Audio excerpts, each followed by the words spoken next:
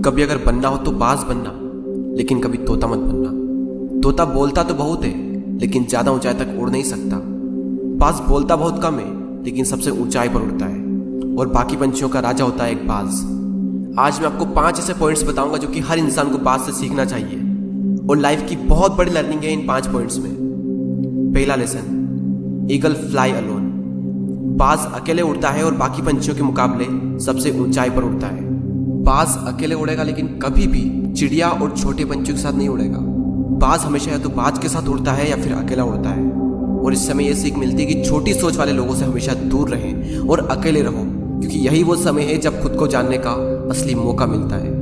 दूसरा लेसन, बाज का विजन बहुत ज्यादा क्लियर होता है और बहुत ज्यादा स्ट्रॉन्ग होता है। बाज अपने शिकार को 5 किलोमीटर दूर से ही देख लेता है, और जब एक बार उसे अपना लक्ष्य दिख जाता है तो उसके बाद चाहे रास्ते में कितनी भी मुश्किलें क्यों ना आए, वो अपने लक्ष्य को हासिल करके ही दम लेता है। इससे भी एक बहुत बड़ी सीख मिलती है कि अपना विजन क्लियर रखो, और उसे हासिल करने में फिर चाहे कितनी भी मुश्किलें क्यों ना आए, पीछे मत हटो उस बाज की तरह। तीसरा लेसन, बाज कभी भी मरे हुए जानवरों को नहीं खाता, वो हमेशा जिंदा शिकार करता है, और इससे हमें यह सीख मिलती है कि जो हमारा पास्ट है वो मर चुका है, तो अपने उन मरे हुए सड़े हुए थॉट्स पर ध्यान मत दो और अपनी आने वाली ताजी फ्रेश जिंदगी पर ध्यान लगाओ। अपने पास्ट की पुरानी यादें जो तुम्हें तंग करती है, उन्हें वही रहने दो जहां पर उसकी जगह है, और तुम्हारे पास्ट की जगह है तुम्हारे पास्ट में, उसे वर्तमान में जगह मत दो। क्योंकि एक बार अगर तुम्हारा पास्ट तुम्हारे प्रेजेंट में आ गया तो तुम्हारा पास्ट तुम्हें कभी प्रेजेंट में नहीं रहने देगा।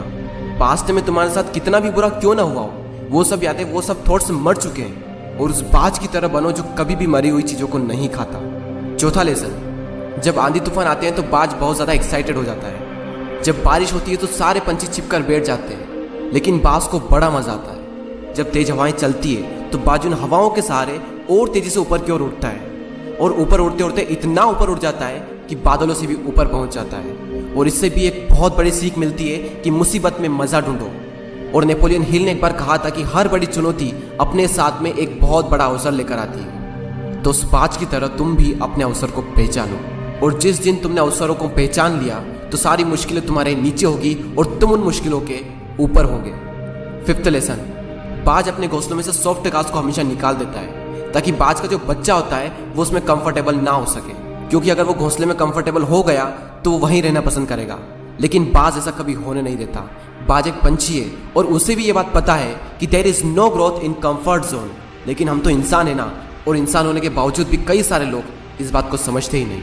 आप जितना ज़्यादा कंफर्ट जोन में रहोगे, आपकी लाइफ आने वाले टाइम में उतनी ही ज़्यादा अनकंफर्टेबल हो जाएगी।